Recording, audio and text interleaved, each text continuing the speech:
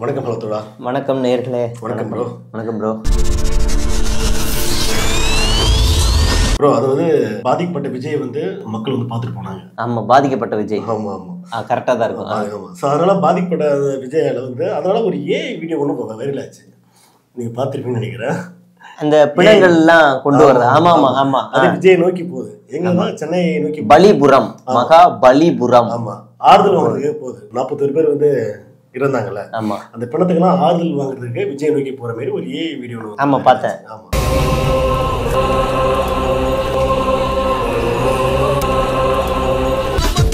Sir எல்லாம் ready.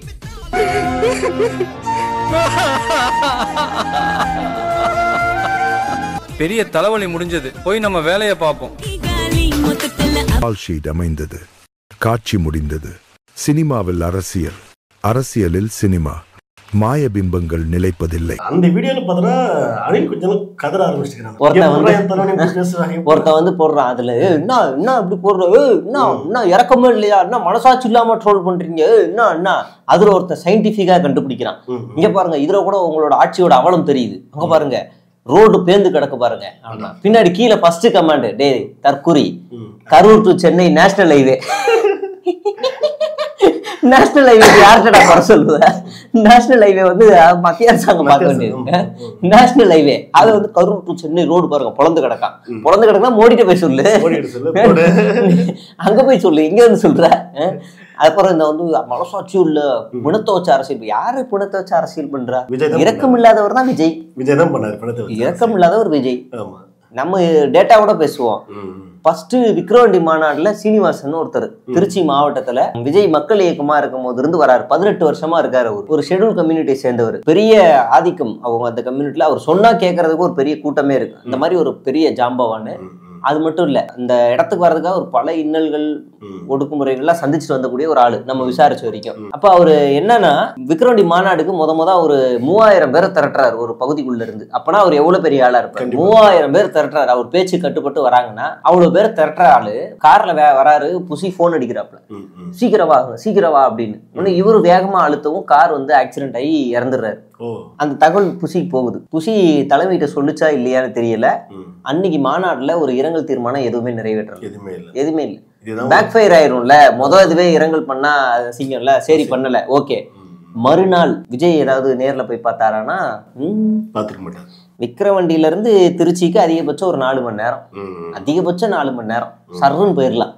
அது மட்டும் இல்லாம விஜய் போகல. தொடர்ந்து மாநாட்டுல நிறைய மீட் பண்ணல. அடிக்கடி மாநாட்டுல மீட் பண்ணாரு. அந்த மாநாட்டுல நிறைய பேர் சேர்த்திருக்காங்க.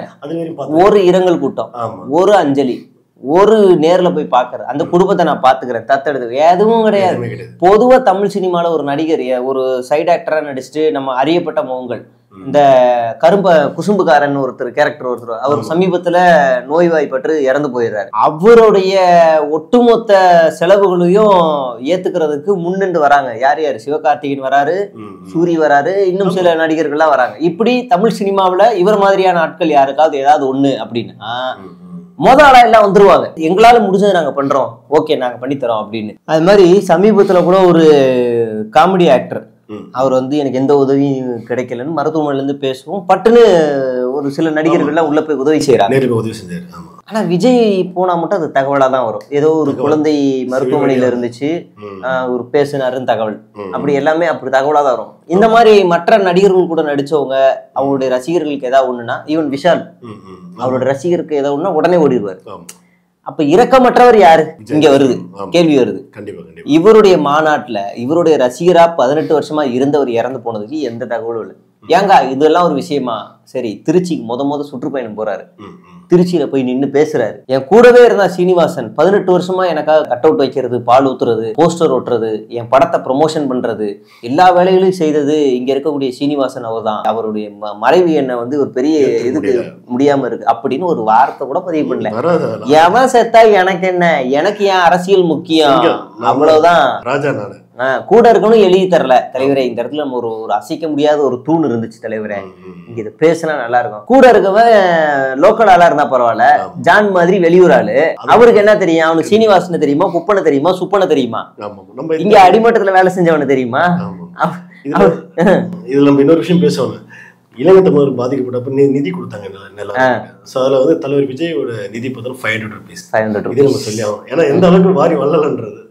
ஆனால் எனக்கு டவுட்டாக இருக்கு, கரூர் மக்களுக்கு எப்படி 20 lakhs கொடுத்தாருன்ட்டு. அதெல்லாம் ஸ்பான்சர்ல இருக்கும். அதெல்லாம் ஆதவ் எதுக்கு இருக்காப்ல, அதெல்லாம் ஆதவ் பார்த்துருவாரு. ஆதவ் வந்து ரெடி பண்ணிடுவாரு.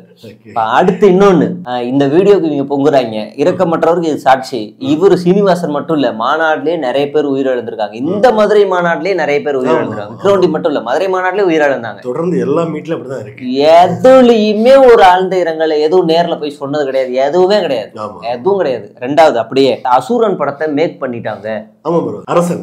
அரசனா சாரி அரசன் படத்தை மேக் பண்ணிட்டாங்க அப்படின்னு ஒரு இது. என்ன ஒரு சிக்கல்னா, விஜய்க்கு வந்து ஏற்கனவே ஒரு ஈகோ பிரச்சனை இருக்கு. இந்த லொல்லு சபால வந்து ஒருத்தர் வந்து ஏதோ ஒரு படத்தை லொல்லு ரீமேக் பண்ணி விஜய் டிவில போட்டாருன்னு உடனே விஜய் கூப்பிட்டு வச்சு மிரட்டினதா அவரே இன்டர்வியூல சொல்லுவாரு.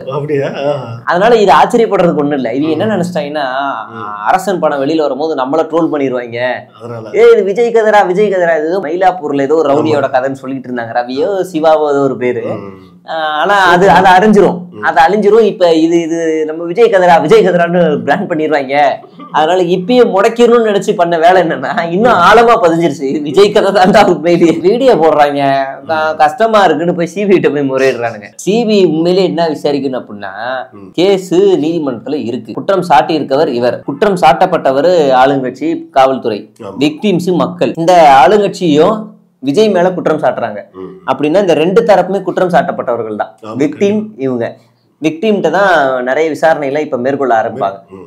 அண்டு களத்துல போய் விசாரிப்பாங்க. இவர் யாரை கேட்டு விக்டிமை கூட்டு போய் மகாபலிபுரத்துல பொதுச் செயலாளர் கூட இல்லையா ரூம்ல, எல்லாரும் வெளியே அனுப்பிட்டு கதவை சாத்திட்டு காலில் விழுந்திருக்காரு. அப்ப எமோஷனல் பிளாக்மெயில். கண்டிப்பா இதெல்லாம் கேட்கலையா? இப்ப சிபிஐ விசாரிக்கணும், கண்டிப்பா கேட்கணும். வீடியோவுக்காக நீங்க வந்து இதெல்லாம் பொங்குறீங்கன்னா இது யாரை கேட்டு பண்ணீங்க? நீ என்ன பேசுனாங்க உள்ள என்ன பேசுன யாருக்கு தெரியும்? உள்ள கேமரா தான் ரெக்கார்ட் பண்ணிருக்கீங்களா, வரது போறது, இல்ல சிபிஐ அதிகாரி யாராவது கூட இருந்தாங்களா? நீ எதுவும் சாட்சியை கலைக்கிறியா இல்லன்னு பாக்கணும்ல. ஆமா, அதே மாதிரி பாத்துட்டு வந்த மக்கள் பார்த்தா ஒரே டைலாக், சேம் டைலாக் விஜய் வந்து பார்த்தா இது எமோஷனல் பிளாக்மெயில் தானே. இப்படியே வெளியே சொல்லுங்க, தயவு செய்து சொல்லுங்க, இல்லன்னா நான் உள்ள போயிருவேன், நாளைக்கு என் பேரு லிஸ்ட்ல சேர்த்துருவாங்க, தயவு செய்து சொல்லுங்க, உங்களுக்கு என்ன வேணாலும் வாங்கிக்கங்க, காசு தரேன் அப்படி இப்படின்னு ஏமாத்தலான்னு பிளாக்மெயில் பண்றது. இப்போ இந்த வேலை நடக்குது. இந்த ரெண்டு வீடியோக்கு தான் இவனுங்க கத்திக்கிட்டு இருக்கானுங்க. மாறா இவனுங்க எனக்கு என்ன தெரியும் பண்ணாங்க, 23ஆம் தேதி ஒரு போட்டோ ஒன்று வெளியே வருது. இவன் வந்து ஒரு 8 பெண்களோட வீடியோ காலில் பேசிக்கிட்டு இருக்கான், என்கிட்ட ஆதாரம் இருக்கு, நாளைக்கு 8 மணிக்கு வீடியோ வெளியாகும் அப்படின்னு போட்டிருந்தாங்க. நான் அந்த வீடியோ என்னைக்கு பாக்குறேன் தெரியுமா? இவங்க 23ஆம் தேதி போடுறாங்க, நான் அந்த போஸ்ட்டை வந்து 27ஆம் தேதி பாக்குறேன். நாளைக்கு 8 மணிக்கு வரும். நானே என்ன குவாலிட்டியில போட்டிருக்கான்னு நானும் போய் பாக்குறேன், ஹெச்டி குவாலிட்டியா இல்ல என்ன குவாலிட்டின்னு பார்த்தா ஒண்ணுமே இல்ல, பார்த்தா மிரட்டுற வேலை. இவனு ஆடியோ போஸ்ட் என் போட்டோவே எடுத்து போட்டு நான் இப்படியான ஆளுன்னு போடுறாங்களாம், சிரிப்பு அனுப்பிச்சுட்டு இருக்காங்க. அப்புறம் இன்னொன்னு ஸ்டிங் ஆபரேஷன் பண்ணிருக்காங்க ப்ரோ. நானு நக்கீரன்ல வேலை பார்த்தேன்னு தெரிஞ்சு போயிருச்சு வெளியே. யாருக்கு தெரிய விஷயம் இல்ல, யாருக்குமே தெரியாது. எப்படி கண்டுபிடிச்சாங்களே தெரியல ப்ரோ. பைத்தியக்கார பையல. பேஸ்புக்ல என்னோட பயோலே போட்டிருப்பேன், இந்த வருஷம் வரைக்கும் நக்கீரன்ல தான் வேலை பார்த்தேன்னு. இன்ஸ்டாகிராம்ல ஹைலைட்ல இருக்கு, போஸ்ட் இருக்கு, எல்லாமே இருக்கு. நக்கீரன்ல வேலை பார்த்திருக்கான் பாத்தீங்களான்னு ஒரு பெரிய ஆபரேஷன். இதுக்குதான் வாய்ஸ் ஆஃப் கமெண்ட் வேலை செய்து போல, ஸ்டிங் ஆபரேஷன். ஆமா. அடுத்து புசி வந்து நேத்து மதுரைக்கு போயிருக்காரு. இவ்வளவு பெரிய உயிரிழப்புகள் ஏற்பட்டிருக்கு தேவர் ஜெயந்திக்கு, இவ்வளவு உயிரிழப்புகள் ஏற்பட்டிருக்கு. இனிமேலாவது அமைதியா அடக்கி வாசிப்போனா இவங்க திருந்தவே இல்லை. அங்கேயும் போய் புசியை தூக்குறது, தள்ளுறது, தள்ளுறது, அந்த போதையும் இன்னமும் ரசிக்கிறார் புசி. 41 பேர் செத்துருக்காங்க, இன்னமும் ரசிக்கிறார். அது வாழ்நாளப்பட்ட பெரிய பெரிய அரசியல் தலைவர்களே வந்து மரியாதை செலுத்திட்டு மாலையை போட்டு சைலண்டா போயிட்டாங்க. இவரு கையில்ஸ போட்டு தொடக்கிறாரு, சமாதியை போட்டு இப்படிங்கிறாரு. அப்படி அங்க இருக்கவங்க எல்லாம் பாக்குறாங்க, இது என்ன ஒரு டிசைனா இருக்கு, என்ன இது, எந்த மாதிரியான பிறவி இது, எட்டி பாக்குறாங்க. அது என்னென்னமோ நடக்குது. விரல்றாப்புல குனிறாப்புல என்னென்னமோ பண்றாப்புல, ஒன்னும் புரியல சுத்தி இருக்கவங்களுக்கு எல்லாம். அப்படி பாத்துட்டு ஒரு ஆக்டிங்க போட்டு இதெல்லாம் பண்ண ஜெயிச்சிடலாம் நினைச்சிட்டு இருக்காப்புல தலைவன். சரி, அப்புறம் எந்திரிச்சு தேவர் சிலைக்கு மாலை போட அடுத்து கிளம்பிட்டாங்க. அங்க போயிட்டு தேவர் ஜெயந்தி, தேவர் புகழ் வாழ்க, தேவர் அப்படி ஏதாவது சொன்னா பரவாயில்ல, தமிழக வெற்றி கழகம் வாழ்கன்றாங்க. அங்க போயிட்டு கீழ இருந்து போலீஸா போதும் இறங்குங்க. இதெல்லாம் ஒரு விஷயம் என்னன்னா, develop committee peoples most of Ajith தான் வந்து லைக் பண்ணணும். ஆமா, ஏன்னா ஊர்ல இருக்க எல்லா அரசியல் தலைவர்களும் எவ்வளவு பெரிய இஷ்யூவா இருந்தாலும் எந்த நாட்டுல இருந்தாலும் எந்த மூலையில இருந்தாலும் இந்த ஊர் கரெக்டா இந்த நாள் வந்துருவாங்க. ஏன்னா இந்த கம்யூனிட்டி ஓட்டு ஒன்று வேணும், ரெண்டாவது இவர் மேல வச்சிருக்க மரியாதை அப்படின்ற 2 பார்வை இருக்கு. இதுக்காகவே இல்ல வந்துருவாங்க. இந்த எடப்பாடி பழனிசாமி வந்து எலெக்ஷன்ல ஜெயிச்சதுக்கு அப்புறமா அடுத்த 1 வருஷம் 2 வருஷம் போகல, பயங்கர கோவம் எடப்பாடி பழனிசாமி, பயங்கர கோவம். அதனால என்ன ஆயிடுச்சுன்னா அடுத்த தேர்தலில் அவரை தோக்கடிச்சாங்க. இவர் ஓட்ட வாக்களிக்க கூடாது, அது இல்லாம ஆர்பி உதயகுமார் உள்ள போகும்போதெல்லாம் கத்தி துரோகியை வெளியே போகலாம் கத்த ஆரம்பிச்சிட்டாங்க. இப்ப அவர் இந்த வருஷம் இவரும் போயிட்டாரு, முதலமைச்சர் போயிட்டாரு, முக்கியமான தலைவர்கள் எல்லாரும் உள்ள போறாங்க, போயிட்டு வராங்க. போகாத ஒரே ஆள் யார் தெரியுமா? நம்ம விஜய். அது ஏஐன்னு சொல்றாங்க. யூடியூப் ரூட்டர்ஸ் வேற எங்களுக்கு இதே மாதிரி பிக் ரெடி பண்ண தெரியும் போடுறாங்க. ஏஐனா என்ன நடக்கும்? ஒரே பேக்ட்ராப், ஒரே போட்டோ மட்டும் மாத்திக்கங்க. நான் இதே மாதிரி ஒரு 100 போட்டோ எடுத்து கொடுத்துறேன், போட்டோ மட்டும் மாத்தி போஸ்ட் பண்ணுங்கன்ட்டாரு போல. அந்த மாதிரி அடிச்சு நவுத்தி மதிக்கல. எனக்கு தென் மாவட்ட ஓட்டெல்லாம் வேணாம், எனக்கு பெண்களோட ஓட்டுலாம் வேணாம். ஏன்னா பெண்கள் பெருசா அந்த எந்த இதுக்கும் போறது இல்லை, ஏதோ கொஞ்சம் பேர் தான் போறாங்க. அப்புறம் இஸ்லாமியர்கள் கிறிஸ்துவர்கள் ஓட்டுலாம் இவருக்கு வேணாம், எனக்கு வேணாம், எனக்கு இன்ட்ரெஸ்ட் வேண்டாம், இந்துக்கள் ஓட்டு போதும், பிஜேபி ஏவி விட்டுருக்கும் போல. அந்த கான்செப்ட்ல தான் தலைவர் வந்து பயணம் பண்றாப்புல. அதுலதான் வண்டி ஓட்டுறாரு. ரொம்ப நாள் கழிச்சா ஒரு பூனை எட்டி பாக்குது, புட்சட்னி. ஆமா அது என்ன ஒரு ரியாக்ஷன்? அது பாத்தீங்க என்ன ஒரு ரியாக்ஷன்? சிடிஆர் அவர் பேசும்போது அவர் ஒரு இங்கிலீஷ் திருக்குறள் சொல்றாப்ல, என்னது, peace is ultimate form of justice. உடனே கிராக்ல போட்டு இது யார் சொன்னதுன்னு பார்த்தா யாருமே சொல்லல. சரி கூகுள்ல போட்டா லைனா இவர் தான் வர்றாரு, புட்சட்னி தான். ஏய் நீ அடிச்சு விட்டியா? Escape is the safe zone for Anil. நம்மள இன்னொன்னு எழுதுறான், அமைதியா இருக்கும்போது அது என்ன அர்த்தம்? அமைதியா இருக்கும்போது அமைதிதான் நீதிக்கான மிகப்பெரிய வெற்றியா அப்படின்ற மாதிரி அல்டிமேட் ஃபார்ம் ஆஃப் ஜஸ்டிஸா அமைதியா இருக்கிறதா. எத்தனை நாளைக்கு அமைதியா இருப்பீங்க? காலம் ஃபுல்லாவா? நான் அடிச்சு விடுறது பாரு, வாய்க்கு வந்தாலும் அடிச்சு விடுறது. சிடிஆர் வழக்கம் போல ஒரு பொய் போயிட்டு நாங்க கரூருக்கு எங்க கொடி கட்டிட்டு போன கார் போனாலே அடிக்கிறாங்க. ஏன்னு அடிக்கிறாங்களாம். சரி உங்க கார்ல தான் கேமரா இருக்கும்ல, எடுத்துக்க இல்ல உங்க கையில தான் செல்போன் இருக்குல்ல, கண்ணாடியை மூடிட்டு அப்படியே வீடியோ எடுத்து ரிவர்ஸ் வந்துருங்க, என்ன எதுன்னு இன்டர்போல் அதை வெளியிடுங்க. நீங்க வெளியிட்ட இவ்வளவு பெரிய ஆள், நீங்க வெளியிடுங்க. இல்ல உங்க ஆளுங்க போனா கூட வெளியிட சொல்லுங்க. என்ன ஆதாரம் இல்லாம அடிச்சு விடுறது? என்ன ஆதாரம் இல்லாம? அதாவது கரூருக்குள்ள இவங்க போனா அடிச்சு விரட்டாங்கன்னா விக்டிம் மட்டும் சேஃபா வெளியே வந்துட்டாங்களா? எப்படி அது? நீங்களும் போக கூடாதுன்னு விரட்ட மாட்டாங்களா? என்ன லாஜிக் இது? கண்டிப்பா என்ன லாஜிக் இது? உண்மையிலேயே உங்களுக்கு எதிரான ஒரு சதி இருந்துச்சுன்னா நீங்க உள்ள போறீங்க, போக விடலன்னா அப்ப அவங்களும் வெளியே வந்திருக்க முடியாது. அதுவும் இல்லாம அந்த பஸ்ஸை வந்து ஒரு ஆளு தாவே காலு தான் வா வரலாம் வான்னு விட்டே போட்டு பிறர் துன்பம் பல துன்பம் போல நீனா ட்ரில்ஸ் எல்லாம் போடுறாப்ல அந்த பஸ்ஸை வெளியே அனுப்பிச்சு. அவர் நிர்வாகி, தாவேகா நிர்வாகி, கரூர் நிர்வாகி, அவரு அனுப்பிச்சு விடுறாரு. அப்ப அவரெல்லாம் அடிச்சு வரலையா? என்ன கதை? வழக்கம் போல ஒரு பொய். நம்ம புயல மணியும் அதே மாதிரி ஒரு பொய். அவரு இன்டர்வியூல உட்காந்து, ஆமா இன்டர்வியூ ரொம்ப நாள் கழிச்சு, அது அவருக்கான சொம்பு சேனல், அது பின்கட்டை அவருக்கான சொம்பு சேனல். அந்த சேனல் வந்து இவர் சொல்றாரு, தலைவர் வந்து சம்பவம் நடந்த உடனே அவர் கரூரை விட்டே போகல, கரூர் எல்லையிலே காத்துக்கிட்டு இருந்தாருன்னு எனக்கு அசிங்கமா வாயில வந்துருச்சு. இருக்கும் அசிங்கமா வந்துருச்சு. ஏன்னா ஆதவ ஒரிஜினா உச்ச நீதிமன்றத்துல என்ன சொல்றாருன்னா, தலைவர் 7:31 மணிக்கெல்லாம் கிளம்பி போயிட்டாரு, நாங்க அப்புறமா தான் இங்க நடந்த சம்பவத்தையும் நாங்க போன்ல சொன்னோன்ற. போயிட்டாருன்னா பிளைட் ஏறிட்டாருன்னு அர்த்தம். போயிட்டாரு, அதுக்கப்புறமா தான் நாங்க போன்ல சொன்னோம். நமக்கு கிடைச்ச தகவல் இவர் வந்து போயிட்டாரு, சரி கரூரை தாண்டிட்டாருன்னு நமக்கு தகவல் வந்திருக்கும். கரூர்ல இருந்து திரும்ப வந்தாரா? அப்படி எந்த செய்தியும் வரல. வண்டி எடுத்த கார் ரிவர்ஸ் எங்கேயும் வரல, ஸ்ட்ரெயிட் ஏர்போர்ட் தான், வீடு தான். பொய், வாயை திறந்தா பொய். சரி அப்படியே போனோடனே சம்பவம் நடந்துச்சு, மறுபடியும் வந்து பார்க்கலாம்ல, வரல.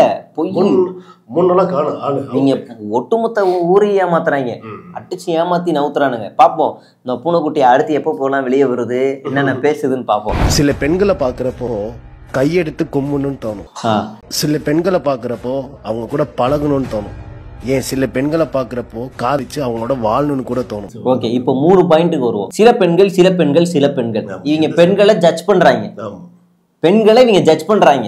அதுக்கு இதான் மெயின் உதாரணம். ஒரு பிரா கூட அந்த பொண்ணு போட்டாதான் வாங்கணும், சென்ட் கூட வந்து பையன் அடிச்சா அந்த பொண்ணு வந்து அதை கடிக்கிறது, இப்படி ஒரு மோக பொருளை மாத்திருக்காங்கல்ல. நம்ம விஜய் கூட உனக்கு தான் இது வந்து ஷாக்ஸ், எங்களுக்கு இது ஜட்டின்னு எல்லாம் பேசினவர் தானே. அதோட வளர்ப்பு இப்படிதான் இருக்கும். ஜட்ஜ் பண்றது பெண்கள், இந்த சில பெண்கள் சுடிதார் போட்டா பெண்கள் குத்து விளக்கு, இந்த மாதிரி போட்டா அவங்க இப்படி போட்டா அவங்க இப்படின்னு பிரிக்கிறது. பெண்களை பார்க்கறப்போ கழுத்தை நெரிச்சு கொன்னு வெட்டி கண்டந்துண்டமா தூக்கி எரியணும்னு தோணும். இப்ப நம்ம என்ன கேக்குறோம், இதே மாதிரி ஒரு ஆம்பளை நீ ஜட்ஜ் பண்ணி சொல்லுவியா? உன்னை எத்தனை ஆம்பளைங்க வந்து உன்னை விஜயை ட்ரோல் பண்றாங்க, எத்தனை பேர் பண்றானுங்க. அப்போ உன்னுடைய குரல்லாம் எதுக்கு அதிகமா இருக்கு? உன்னை திருப்பி அடிக்க முடியாத, உன்னை எதுவும் பண்ண முடியாத ஒரு ரொம்ப மெலிய இடத்துல இருந்து தான் நீ உன் ஆதிக்கத்தை செலுத்துற. ஒரு சாதாரண ஒரு புதுசா வந்துருக்கு 21 வயசு பொண்ணு, அது இப்பதான் அரசியல். அந்த பொண்ணுக்கு எதிராக இவன் வந்து ஒரு ஆண் புத்தி ஆணாதிக்கத்தை காட்டுறான், வெட்டுவானா. காவல்துறை உடனே இவனை கைது பண்ணி உள்ள வைக்கணும். எவ்வளவு மோசமான வார்த்தை பாருங்க. இதுக்கெல்லாம் விஜய் ரியாக்ட் ஆக மாட்டாரு. இது மூஞ்சிக்கு நேரா போய் நின்று பேசினா கூட ஹீன்னு போல. அப்படிதான் எனக்கு இந்த பொண்ணை பாக்குறப்ப தோணுது. எனக்கு டிஎம்கேல ஏகப்பட்ட ஃப்ரெண்ட்ஸ் இருக்காங்க. அதுல முக்காவாசி பேரு முக்கியமான போஸ்டிங்ல இருக்கிறவங்க. அவங்களே இந்த மாதிரி பண்ணல.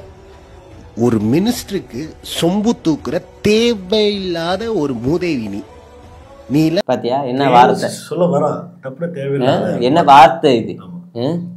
நீ எல்லாம் ஏஐ யூஸ் பண்ணி இந்த அளவுக்கு ஒரு மனிதாபிமானமே இல்லாம இந்த அளவுக்கு கேவலமா ஒரு வீடியோ அப்லோட் பண்றியே, பதிலுக்கு டிவிக்கு ஐடிவி ஏஐ யூஸ் பண்ணா நீ எல்லாம் தாங்க. நீங்க ஏற்கனவே பண்ணிட்டு தான்டா இருக்கீங்க. நீ வந்து டெபுட்டி சிஎம் இந்த பொண்ணு இருக்கிற ஏஐ வீடியோ எவ்வளவு வைரல் பண்ணீங்க. அயோக்கிய நாய, உனக்குலாம் என்னடா மரியாதை? அயோக்கிய நாய. நானு என் சீனியர் கூட விகடன்ல 2017 ஒரு செல்ஃபி எடுத்து போட்டிருப்பேன். அப்போ ஒரு ஸ்டூடெண்ட் ஒர்க் பண்ணிட்டு இருக்கும் போது விகடன்ல வேலை பார்த்த போது 2 பேர், எனக்கு அது அக்கா முறை, ஒரு செல்ஃபி எடுத்து போட்டிருப்போம். அத 2 பேரும் ஏஐ பண்ணி டான்ஸ் ஆடுற மாதிரி போட்டவனுங்க இவனுங்க. யாரு? இதே டிவிகே பேஜ். இவன் வந்து நாகரிகத்தை பத்தி பேசி தரான். ஏதோ ஒரு 2 மீம்ஸ் பேஜ்ல நீ 200 ரூபா வாங்கிட்டு தான் டிஎம்கேக்கு கூவுறன்னு மீம்ஸ் போட்டதுக்கே என்ன டிவிக்கு ஐடிவிங்க கலாய்க்கிறாங்க, விஜய் என்ன மேல கேஸ போடணும் அப்படின்னு பிரஸ் மீட்ல நின்று ஒப்பாரி வச்சவ தானே நீ. இப்போ இந்த அளவுக்கு கேவலமான ஒரு ஏஐ யூஸ் பண்ணி வீடியோ போட்டதுக்கு டிவிக்கு ஐடிவிங் ஏஐ யூஸ் பண்ணி உன்னை கிழிச்சா நீலாம் உயிரோட இருப்பியா? பாத்தியா? தமிழக காவல்துறை இவன் மீது உடனடியாக நடவடிக்கை எடுக்கணும். ஓப்பன் கொலை மிரட்டல் விடுற அளவுக்கு இவனுக்கு தைரியம் இருக்கு. சட்டம் ஒழுங்கு மிக சரியாக இருக்கிறது என்பதற்கு இவன் மேல ஒரு குண்டாசை போட்டு விடணும். அயோக்கிய பயத்தனமான ஒரு வார்த்தை. ஓப்பனா ஒரு கொலை மிரட்டல் விடுவேன், சமூகத்துல ஒரு அறியப்பட்ட ஒரு சின்ன பொண்ணு கண்டந்துண்டமா வெட்டுவேன் அப்படின்னு சொல்லக்கூடிய ஒரு நபர். இவர் எங்க இருந்தாலும் தேடி உடனே கைது பண்ணணும். ஆமா ஆமா சார். அப்படி என்னதான் அந்த வீடியோல இருக்குன்னு பார்த்தா ஒண்ணுமே இல்ல. நானே பார்த்தேன். விமர்சனங்களுக்கு அப்பாற்பட்டவர்கள் யாரும் கிடையாது. விஜய் மட்டும் விதிவிலக்கா என்ன? பொதுவாக வந்தா பேசுவோம் தான், நீ சரியா நட. அது என்ன அந்த வீடியோ நானே பார்த்தேன். கரூர் பாதிக்கப்பட்ட மக்கள் வந்து சந்திக்கணும் விஜய் தான் போகணும். ஆனா நீ மாறா பாதிக்கப்பட்ட மக்களை இங்க கூப்பிட்டு வரேன்னா அதுக்கு மாற பிணங்கள் வந்து அவர் சந்திக்கிற மாதிரி தான் இருந்தது. ஆமா, அப்படிதான் இருக்கு. தப்பா இருக்கு. விஜய் விட இது வேற ஒரு பொண்ணோட டான்ஸ் ஆடிந்தாரா? அவங்க வீட்லயே என்ன அழுதுகிட்டு இருக்காங்க. நீ வீட்டுல அழுது போதும், என் மூஞ்சிக்கு முன்னாடி வந்து அழுங்கன்னு சொன்னது அந்த சமாது. நீ வீட்டுல அழுது போதும், அப்படி வந்து என் மூஞ்சிக்கு நேரம் கொஞ்ச நேரம் அழுதுட்டு போங்க, நானும் சோகமா இருக்கேன்னு உங்க முன்னாடி ரெஜிஸ்டர் பண்றேன் அப்படின்னு காட்டுற விளம்பரம் பைத்தியம் அது. ஆமா, விஜய் பத்தி தவறா எதுவும் காட்டல இல்லையே, ஆபாசமா காமிச்சுமா. விஜய் வந்து விட்டு துணி இல்லாம போறது நடக்கிற மாதிரி அப்படி எதுவும் காட்டல. 18+ எதுவும் காட்டல. உண்மையான அரசியலோட கலந்து பேசும்போது ஒரு ஏஐ கட்டும்போது உனக்கு அரசியல் வேணும், உனக்கு ஃபேம் வேணும், உனக்கு இது வேணுங்கிறதுக்காக நீ அஜித்குமார் வீட்டுக்கு போவ, தூத்துக்குடி துப்பாக்கி சூடுக்கு போவ, அனிதா வீட்டுக்கு போவ, ஒன்னால செத்த 41 பேர் வீட்டுக்கு போறதுக்கு உனக்கு கேடு. கண்டிப்பா அத நாங்க விமர்சனம் ஒரு ஆளு வைக்கிறாங்க, நாங்க வைக்கிறோம் அப்படின்னா நீங்க வந்து உங்க டீம் வச்சு மாஃபிங் பண்ணிட்டு காதல நாங்க பண்ணவே இல்லைன்னு அப்படியே நைசா நடுவது. ஆர்எஸ்எஸ் புத்தி. ஆர்எஸ்எஸ் ஐடி கார்டே கிடையாது. அவங்க இதே மாதிரிதான் ரிச்சுவல் வாரியர்ஸ். இவங்க இந்த கட்சியில தான் இருக்காங்கன்னு எந்த ஐடி கார்டும் கிடையாது. பேருக்கு டிவிக்கேன்னு போட்டுப்பாங்க. இவன் யாருன்னே தெரியாதுன்னு போயிட்டே இருப்பான். இந்த ரோஸ்ட் பிரதர்ஸ் இதுல இது பண்ணாங்கல்ல, அவன் கட்சி உறுப்பினருங்கிறான். அவன் கடைசியில கட்சியில இருந்து வந்த தகவல்னா அவன் கட்சியே இல்லைன்ட்டாங்க. கடைசியில அவன் ஜெயில இருந்து வெளியே எடுத்தது பார்த்தா டிவிக்கே வழக்கறிஞர்கள். இதை வெளியே எடுக்க வச்சது யாருன்னா பர்வேஸ், புதுக்கோட்டை மாவட்ட செயலாளர். எல்லாம் எங்களுக்கு தெரியும், பின்னாடி அண்டர் கிரவுண்ட் வேலை பாத்துக்கிறீங்க. நாசுக்கான வேலை, கேவலமான வேலை, அதான் திருட்டுத்தனமான வேலை. எல்லாத்தையும் கட்சிக்கு யாரெல்லாம் ஜெயிலுக்குள்ள போறாங்களோ பர்வேஸ் வச்சு எல்லாரையும் வெளியில எடுக்கிறது. எல்லா வேலையும் பாக்குறாங்க. இதெல்லாம் உண்மை. இதுக்கு என்ன கேஸ் போட்டாலும் சட்ட ரீதியா சந்திக்க தயாரே தவிர கண்டிப்பா 30 நாள் வீட்டுக்குள்ள ஒளிஞ்சு இருக்கிற ஆள் இல்ல. ஆபாச அரசனைகள் நிறைய பேசக்கூடிய ஆட்கள் அவனுதான். ஆமா, தப்பான வந்து வீடியோ காட்டுறது வந்து இவனதான். ஆனா இவனும் வந்து உலக சொல்ற மாதிரி வந்து பேசுறான். மனசுக்கு மாதிரி இருக்கு. பாப்போம். ஓகே ப்ரோ, கண்டிப்பா அடுத்து என்ன விஜயோட அப்டேட்ன்றது கண்டிப்பா நம்ம பார்ப்போம். இந்த வீடியோ பத்தி கருத்துக்களை மறக்காம கமெண்ட் பண்ணுங்க. அடுத்த வீடியோவில் சந்திப்போம். நன்றி. வணக்கம்.